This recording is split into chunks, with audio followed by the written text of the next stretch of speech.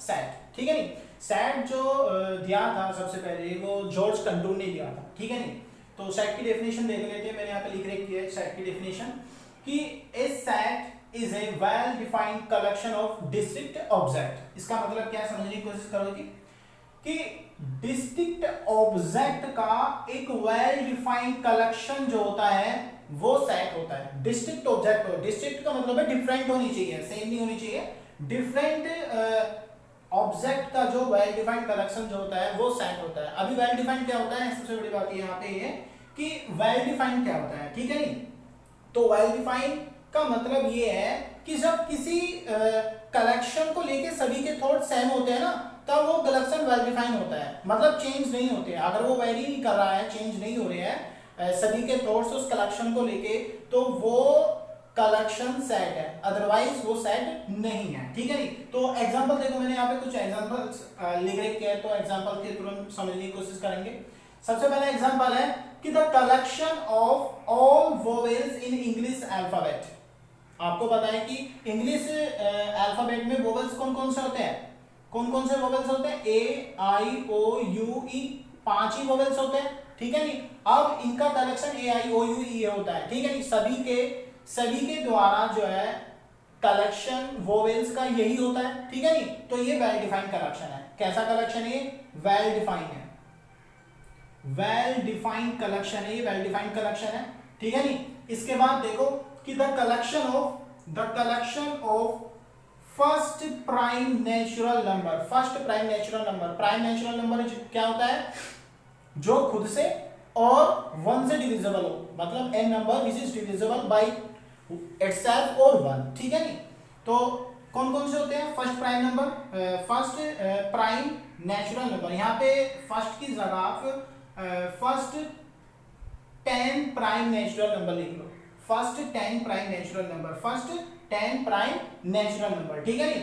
तो सबसे छोटा जो प्राइम नंबर होता है वो 2 होता है, and 2 is a even number, ठीक है नहीं। ये इवन भी होता है और प्राइम भी होता है। तो 2 के बाद में कौन सा होता है, 5, 5 से 7, 7 से बाद में होता है 11, फिर 13, एंड 13 से बाद में होता है 17, 19 कितने हो गए, 1 2 3 4 5 6 7, 19 के बाद में होता है 23, ठीक है, एंड 23 के बाद में होता है 27 नहीं, 24, 25, 26, 27 एंड 29, ठीक है। 29 किसी से डिविजिबल नहीं होता, एंड 1 2 3 4 5 6 7 8 एंड 9 और इसके बाद में 31, ठीक है। ये फर्स्ट 10 प्राइम नेचुरल नंबर का ये कलेक्शन है। देखो सभी को पता है कि ये कलेक्शन हो गया फर्स्ट 10 प्राइम नेचुरल नंबर का, ठीक है। तो ये भी क्या है, वेल डिफाइंड है, क्योंकि सभी के द्वारा जो कलेक्शन होगा इनका वो यही होगा, ठीक है नहीं। जो प्राइम नंबर के बारे में कुछ जानकारी रखते हैं तो उनके अकॉर्डिंग प्राइम का जो फर्स्ट 10 प्राइम नेचुरल नंबर का जो कलेक्शन होता है ये होता है, इसीलिए ये वेल डिफाइंड है, एंड ये वेल डिफाइंड है, तो ये सेट है, ठीक है नहीं। जो कलेक्शन वेल डिफाइंड होता है वो सेट भी होता है, ठीक है, इसीलिए वो होता है डेफिनेशन, ठीक है। और डिस्ट्रिक्ट होनी चाहिए जो भी कलेक्शन हम ले रहे हैं। अब ये देखो कि the collection of all state in Indian union, मतलब कि जो इंडिया जो हमारी कंट्री है इंडिया, उसमें स्टेट का कलेक्शन तुम्हें पता है कितने स्टेट होते हैं, उनका कलेक्शन भी क्या होता है, वेल डिफाइंड होता है, क्योंकि हमें पता होता है कितने स्टेट है यहाँ पे, जैसे यूपी एमपी है और भी बहुत सारे हैं, ठीक है नहीं। तो इसका भी हमें पता होता है कि कितने स्टेट है, ठीक है नहीं, काउंटेड है ये स्टेट, ठीक है। तो ये भी वेल डिफाइंड है, क्योंकि सभी के जो स्टेट के बारे में जानकारी रखता है, जो जानता है इसके बारे में वो सेम रखता है, ठीक है, ये चेंज नहीं होगा, ठीक है, सेम होते हैं ये, ठीक है। अब ये कि the collection of past presidents of the Indian union, मतलब कि हमारे पास्ट प्रेसिडेंट्स का मतलब राष्ट्रपति, हमारे जो गुजरे हुए राष्ट्रपति जो हुए थे हमारे देश में कभी को, ठीक है, उनका एक कलेक्शन बनाना है। ये भी एक वेल डिफाइंड कलेक्शन, क्योंकि हमें पता है कौन कौन से राष्ट्रपति अब तक रह चुके हैं, ठीक है, जो प्रेजेंट में, अभी पास्ट की चल रहा है, जो प्रेजेंट में उसे छोड़ के जो पास्ट में जितने भी प्रेसिडेंट्स रह चुके हैं उनका कलेक्शन बनाना है, तो वो भी हमें पता है कि वो भी वेल डिफाइंड होता है, क्योंकि हम उसके बारे में भी जानकारी रखते हैं, ठीक है नहीं। तो ये भी क्या है, वेल डिफाइंड मतलब ये कलेक्शन जो है वो सभी के सभी इस कलेक्शन को लेके सभी के थॉट सेम होते हैं, क्योंकि सबको पता है कि 1947 से लेके अब तक 1947 से लेके अब तक जितने भी राष्ट्रपति प्रेसिडेंट्स रहे इंडिया के वो काउंटेड है, ठीक है नहीं। उसके बाद में देखो the collection of most beautiful girl in your class. अभी most beautiful girl in your class, आपकी क्लास में सबसे सुंदर लड़की कौन कौन सी है उन उसका कलेक्शन बनाओ। और ये जो मोस्ट ब्यूटीफुल का ये जो वर्ड है यही वेल डिफाइंड नहीं है। क्यों? क्योंकि सभी के जो द्वारा जो एक ब्यूटीफुल का जो एक वर्ड है ये वेरी करता रहता है, चेंज करता रहता है, क्योंकि कोई किसी को लाइक करता है, कोई किसी को लाइक करता है, कोई किसी को ज्यादा मोस्ट ब्यूटीफुल मान रहा है तो दूसरा बंदा दूसरी लड़की को ब्यूटीफुल मानना है या दूसरे पर्सन को ब्यूटीफुल मानना है। जैसे आपकी क्लास में एक लड़की है रिया, दूसरी है संजना एंड तीसरी लड़की आपने अंजलि ले ली। 3 लड़की आपके पास, आपकी क्लास में आपकी क्लास में 3 लड़की है, रिया, संजना और अंजलि, ठीक है नहीं। ए लड़का है उसी क्लास में, वो रिया को मोस्ट ब्यूटीफुल गर्ल मानता है, ठीक है नहीं। लेकिन दूसरा बंदा क्या है कि वो बी है, ठीक है, वो बंदा संजना को मोस्ट ब्यूटीफुल गर्ल मानता है इन द क्लास में, ठीक है नहीं। एंड तीसरा बंदा क्या है कि वो इन दोनों को ना मानते हुए वो ऐसे आया और कहने लगा कि भाई मैं अंजलि को है ना मोस्ट ब्यूटीफुल गर्ल मानता हूँ। क्यों? अभी देखो इसने रिया को माना तो ये मोस्ट ब्यूटीफुल की कैटेगरी से खत्म होगी। अब ये आया तो इसने इन दोनों को मोस्ट ब्यूटीफुल की कैटेगरी से खत्म कर दिया। अब ये बंदा है, इसने इन दोनों को कैटेगरी से खत्म कर दिया मोस्ट ब्यूटीफुल, तो इसके अकॉर्डिंग ये दोनों मोस्ट ब्यूटीफुल नहीं है, इसके अकॉर्डिंग ये दोनों नहीं है, इसके अकॉर्डिंग ये दोनों नहीं, मतलब तीनों के यहाँ पे आओ, यहाँ पे आओ और यहाँ पे आओ, तो चेंज कर रहा है, वेरी कर रहा है कलेक्शन। अच्छा वेरी कर रहा है तो ये वेल डिफाइंड नहीं है। क्या नहीं है? Not well defined, not well defined collection. और जब ये नॉट वेल डिफाइंड है तो ये सेट नहीं है, इज नॉट ए सेट, ठीक है। एंड द कलेक्शन, एक और देखो, the collection of good players in Indian cricket team, मतलब जो इंडियन क्रिकेट टीम है उसके एक गुड प्लेयर्स जो है उनका कलेक्शन बनाना। अब ये यहाँ पर भी वही है कि गुड, यहाँ पर भी जो गुड है एक और है यहाँ पे, तो गुड प्लेयर्स ये भी एक आपस खुद में एक वेल डिफाइन नहीं है, क्योंकि हर एक बंदा का जो एक पसंद करता है ना, लाइक करता है प्लेयर्स को, कोई विराट कोहली को पसंद कर रहा है, कोई रोहित शर्मा को पसंद कर रहा है, कोई किसी को पसंद कर रहा है, तो सभी के मतलब सभी की लाइक जो है पसंद करने की जो एक अलग अलग होती है। मतलब कोई बंदा ए बंदा जो है वो विराट कोहली को पसंद कर रहा है, विराट को पसंद कर रहा है, लेकिन बी बंदा ऐसा है कि जो रोहित शर्मा को पसंद कर रहा है, रोहित शर्मा को पसंद कर रहा है, लेकिन ठीक है नहीं, तो ए तो विराट को पसंद कर रहा है, ए जो है वो विराट को पसंद कर रहा है, लेकिन बी रोहित को पसंद कर रहा है, रोहित शर्मा को नहीं विराट कोहली को पसंद कर रहा है। तो देखो इसके अकॉर्डिंग ये अच्छा नहीं है एंड इसके अकॉर्डिंग ये अच्छा नहीं है, ठीक है नहीं, तो ये चेंज होगा। और जब ये चेंज हुआ तो ये क्या होगा? Not well defined, not well defined होगा, ये क्या होगा? नॉट वेल डिफाइंड, ठीक है नहीं।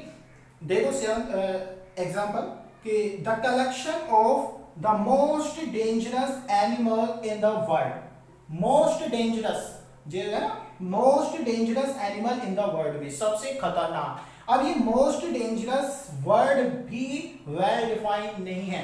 क्यों? क्योंकि देखो आपने कभी देखा होगा कुछ बंदे ऐसे होते हैं कि स्नैक को अपने हाथ में ले लेते हैं, देखा होगा आपने कि जो वो स्नैक को क्या कर देते हैं, हाथ में ले लेते हैं। एक बंदा स्नैक को क्या कर रहा है, हाथ में ले रखा है, लेकिन उसके अकॉर्डिंग क्या है, उसके अकॉर्डिंग स्नैक क्या है, उसके लिए मोस्ट डेंजरस नहीं है। लेकिन एक लेडी ऐसी है कि वो छपकली लिजर्ड, छपकली से भी डर जाती है। एक लेडी ऐसी है जो वो छपकली से भी डर जाती है, एक लेडी ऐसी है जो किससे डर जाती है, छपकली से भी। तो इस लेडी के लिए तो लिजर्ड भी क्या है, मोस्ट डेंजरस है, लेकिन इसके लिए तो स्नैक भी मोस्ट डेंजरस नहीं है। तो देखो यहाँ पे आओ, जैसे आप यहाँ पे आए तो ये तो चेंज हो गया, ये तो क्या हुआ, ये तो चेंज हो गया, वैरी कर गया। इसके लिए तो ये भी मोस्ट है और इसके लिए ये भी मोस्ट नहीं है, ठीक है नहीं, तो ये क्या कर गया, वैरी कर गया, इसीलिए ये भी क्या है, not well defined, not well defined collection है, ठीक है। And not well defined collection है, it's mean is not a set, ठीक है नहीं। तो नेक्स्ट देखो, the collection of most talented writer in India, most talented writer, एक मतलब इंडिया में मोस्ट टैलेंटेड राइटरों का एक कलेक्शन बनाना। अब यहाँ पर भी सेम वही है जैसे कि मैंने अभी बताया था गुड प्लेयर, क्योंकि सभी के अकॉर्डिंग अलग अलग होते हैं। सेम यहाँ पे मोस्ट टैलेंटेड है कि मोस्ट टैलेंटेड का मतलब यह है कि कोई बंदा ए ऐसा है जो मुंशी प्रेमचंद को पसंद करता है, मुंशी प्रेमचंद को पसंद करता है, लेकिन बी बंदा ऐसा भी है जो दूसरे राइटर को, दूसरे राइटर का मतलब ये यहां पे लिख सकते हो आप, एक नाम लिख सकते हो मुंशी प्रेमचंद के बाद में राजेंद्र प्रसाद,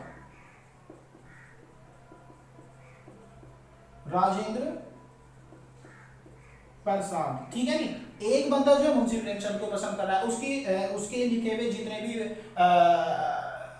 जो भी उसने लिखा है मुंशी प्रेमचंद ने, और जो राजेंद्र प्रसाद ने लिखा है, इसके अकॉर्डिंग तो मुंशी प्रेमचंद के सारे लिखे हुए जितने भी रिटर्न किया है उसने, और इसने जो किया है इसके अकॉर्डिंग तो ये अच्छा है, इसके अकॉर्डिंग ये अच्छा है, ठीक है नहीं। तो ए के अकॉर्डिंग तो ये अच्छा नहीं है, एंड बी के अकॉर्डिंग ये अच्छा नहीं है, ठीक है नहीं। ए के अकॉर्डिंग तो ये अच्छा नहीं है, एंड बी के अकॉर्डिंग ये अच्छा नहीं है, ठीक है ना। तो ए के अकॉर्डिंग तो ये अच्छा है एंड बी के अकॉर्डिंग ये अच्छा है, तो मतलब आपस में ये मतलब पसंद नहीं कर रहे, तो ये वैरी कर रहा है। कलेक्शन क्या कर रहा है, मैंने जब मुंशी और राजेंद्र प्रसाद जी का कलेक्शन बनाया जब मैंने, तो और ए और बी से पूछा, तो ए ने तो कहा कि मैं मुंशी प्रेमचंद जी को पसंद करता हूँ, लेकिन बी ने कहा कि मैं राजेंद्र प्रसाद जी को पसंद करता हूँ, ये राइटर है, दोनों ही अच्छे, ठीक है नहीं।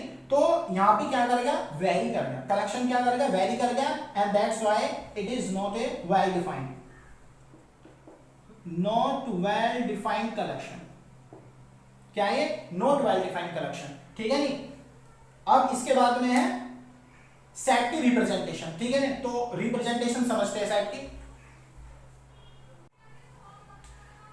हेलो गाइस, आइए अब देखते हैं हम रिप्रेजेंटेशन ऑफ ए सेट, ठीक है नहीं। तो सबसे पहले ये देखते हैं कि सेट को और उसके एलिमेंट्स को, ठीक है नहीं। तो देखो, a set is denoted by capital letters and the elements are denoted by small letters of English alphabet। इस कैपिटल लेटर्स कौन से, जैसे A, B, C, X, Y and ये वाले, ठीक है नहीं। अब स्मॉल लेटर्स कौन से होते हैं, A, B, C, D और E, ये वाले, ठीक है नहीं। तो एलिमेंट को तो इतने से डिनोट करते हैं एंड सेट को कैपिटल लेटर से डिनोट करते हैं, ठीक है। तो रिप्रेजेंटेशन क्या है, रिप्रेजेंटेशन सेट के दो प्रकार से होती है, टू टाइप से।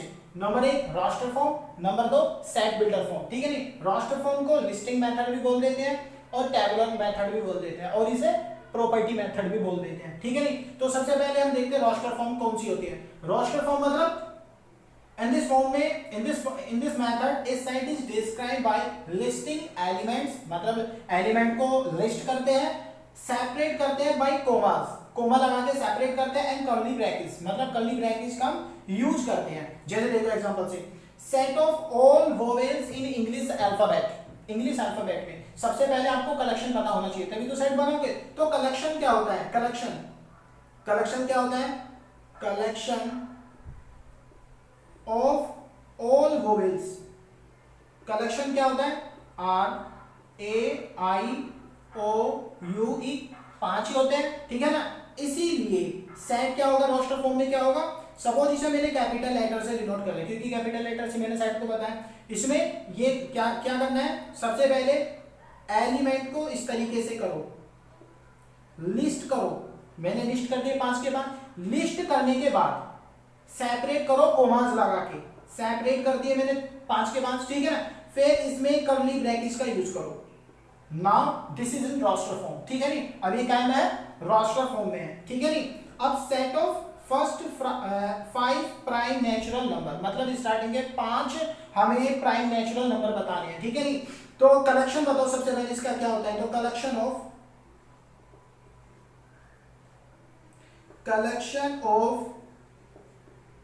First 5 prime natural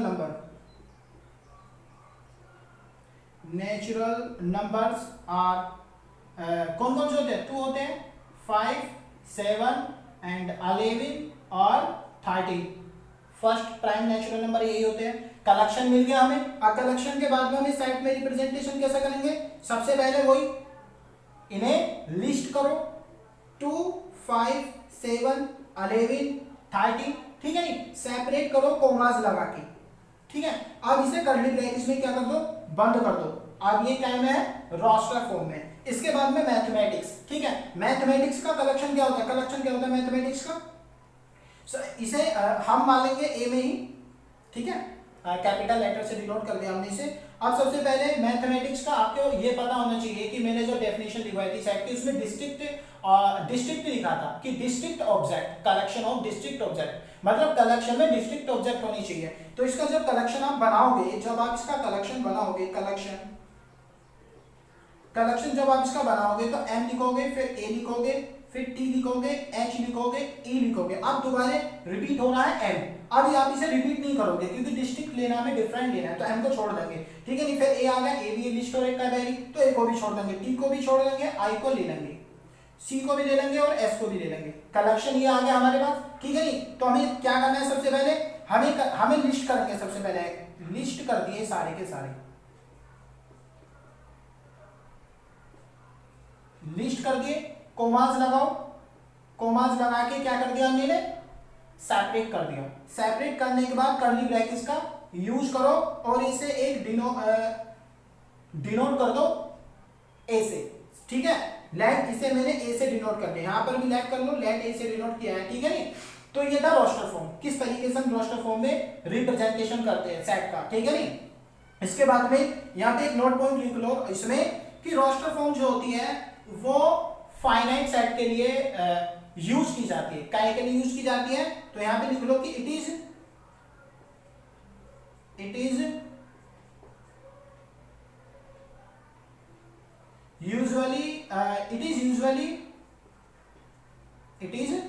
usually uses for finite set only। ये फाइनाइट सेट के लिए यूज की जाती है, इनफाइनाइट के लिए नहीं की जाती।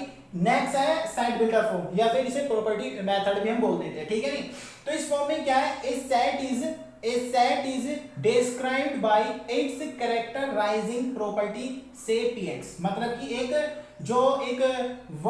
अक्षरों की जो एक प्रॉपर्टी होती है, सब में जैसे नेचुरल नंबर का रिप्रेजेंटेशन नेचुरल नंबर को कैसे करते हैं एन से, तो ये नेचुरल नंबर की क्या है, एक प्रॉपर्टी है। जैसे इसके बाद में रियल नंबर को रिप्रेजेंट करते हैं इतने से, ठीक है नहीं, इंटीजर्स को डिनोट करते हैं इतने से।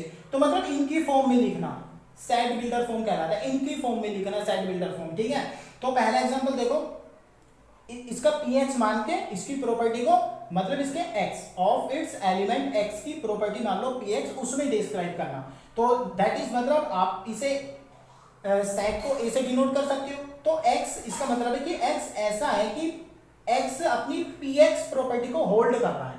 जैसे एग्जांपल देखो कि set of all prime numbers less than 20, set of all prime numbers, यहां पे प्राइम नेचुरल नंबर्स लिख लेना, प्राइम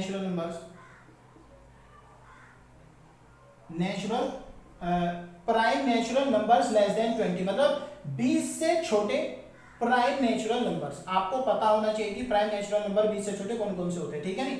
तो कौन से होते हैं, कलेक्शन आप लिख सकते हो यहाँ पे कि कलेक्शंस आर को क्या है, कलेक्शन क्या है, 2 होता है, 5 होता है, 7 होता है, 11 होता है, 13 होता है, एंड उसके बाद में 17 होता है, 13 से बाद में 17 होता है, उसके बाद में 19 होता है। 1 2 3 4 5 6 7 8 प्राइम नेचुरल नंबर होते हैं, ठीक है नहीं, क्या होते हैं। अब हम कैसे रिप्रेजेंट करेंगे, सपोज ये क्या है, रिप्रेजेंटेशन सेट की, ये वाली सेट की प्राइम नेचुरल नंबर, ठीक है नहीं, लेस देन 20 से किस तरीके से, सेम ऐसी कि x ऐसा है कि x ऐसा है कि x is a prime number है, is a prime number, x is a prime number, comma लगाओ कैसा कि x 20 से छोटा है, x एक प्राइम नंबर है और वो भी कैसा, x लेस देन 20, इसका मतलब है लेस देन, ठीक है नहीं। ये लेस देन होता है, ये ग्रेटर होता है, इसका मतलब है बड़ा है, इससे छोटा, इसका मतलब है छोटा है। x क्या है, 20 से छोटा है, मतलब x इज लेस देन 20, ठीक है नहीं। इसके बाद है set of all even integers, ठीक है नहीं, ऑल इवन इंटीजर्स, सारे इवन इंटीजर्स लेने, नेगेटिव और पॉजिटिव सारे मिला के, ठीक है नहीं। इंटीजर्स वो भी इवन, आपको पता है कौन कौन से होते हैं इवन, जैसे 2 4 6 8 एंड 10 और ये सेम नेगेटिव में भी। तो x क्या है यहाँ पे लिख लो कि x ऐसा है कि x इक्वल टू 2n है।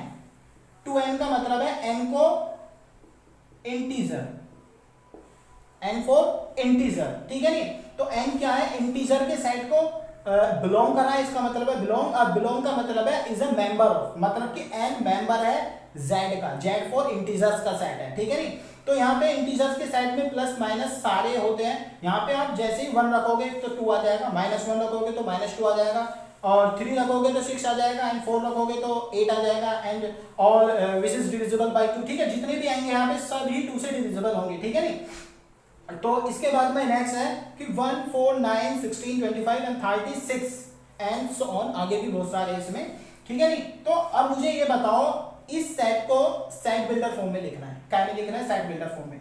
अभी यहाँ पे थोड़ा ये देखो 1 4 9 16, आपको कुछ दिख रहा होगा कि ये 2 का स्क्वायर है, 3 का स्क्वायर है, 4 का स्क्वायर है, यानी 5 का 6 का स्क्वायर है। तो ये स्क्वायर रूट में सारे स्क्वायर मारे, तो किस तरीके से लिख सकते हैं हम इसे, हम लिख सकते हैं इस तरीके से कि x सच दैट, इसे सच दैट बोलते हैं, x ऐसा है कि x equal to n square है, x इक्वल टू क्या है, n स्क्वायर, और n जो है वो है इंटीजर का सेट, काय का सेट, इंटीजर्स का सेट। और एक और चीज देखो, इंटीजर्स का सेट क्यों लिया मैंने, देख, क्योंकि आप इंटीजर्स में नेगेटिव रखोगे तो भी पॉजिटिव रहेगा, और पॉजिटिव रखोगे वो तो पॉजिटिव रहता ही है, ठीक है नहीं। तो यहाँ पे -1 भी रखोगे ना तो +1 ही आएगा, -2 रखोगे तो 4 ही आएगा, -3 रखोगे तो 9 ही आएगा, -4 रखोगे तो 16 ही आएगा, एंड प्लस तो प्लस होता ही है, ठीक है नहीं।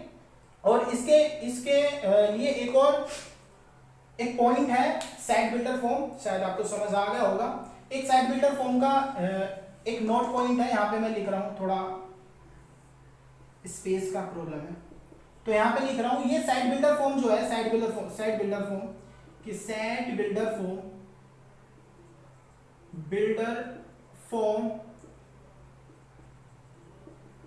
Usually uses for finite and infinite, finite और इनफाइनाइट बोथ, देख रहे हो, ये फाइनाइट के लिए भी था, इनफाइनाइट के लिए भी था, लेकिन ये इनफाइनाइट के लिए नहीं था, ये फाइनाइट के लिए था। तो ये फाइनाइट और इनफाइनाइट दोनों को मतलब रिप्रेजेंटेशन दोनों के लिए होता है सेट बिल्डर फॉर्म में, और ये सिंगल मतलब केवल फाइनाइट के लिए होता है, ठीक है नहीं। अब आपका सिलेबस जो है ऑब्जेक्टिव हो रखा है, ठीक है नहीं, ऑब्जेक्टिव हो गया है, इस साल सीबीएसई ने ऑब्जेक्टिव करके आया है। तो वहां पे ये भी सवाल पूछ सकता है आपसे कि जो रोस्टर फॉर्म या लिस्टिंग फॉर्म या टेबुलर फॉर्म जो होती है वो किस सेट के लिए रिप्रेजेंट, मतलब किस सेट के लिए यूज होती है, फाइनाइट, इनफाइनाइट या फिर कोई सा भी नहीं। तो उसमें ऑप्शन में आ सकते हैं, 4 आ सकते हैं, फाइनाइट आ जाए, इनफाइनाइट आ जाए, या बोथ इनफाइनाइट और फाइनाइट आ जाए। तो ये फाइनाइट के लिए और ये बोथ फाइनाइट और इनफाइनाइट के लिए, ठीक है नहीं। आई होप आपके समझ आ गया होगा, सेट की डेफिनेशन भी, रिप्रेजेंटेशन भी, और वेल डिफाइन क्या होता है, सारा कुछ, ठीक है नहीं। तो नेक्स्ट लेक्चर जो होगा इसके बाद में सेट के टाइप्स ऑफ ए सेट, ठीक है नहीं, वो हम पढ़ाएंगे। तो आई होप आपके सब समझ आ गया है। तो थैंक यू, टेक केयर।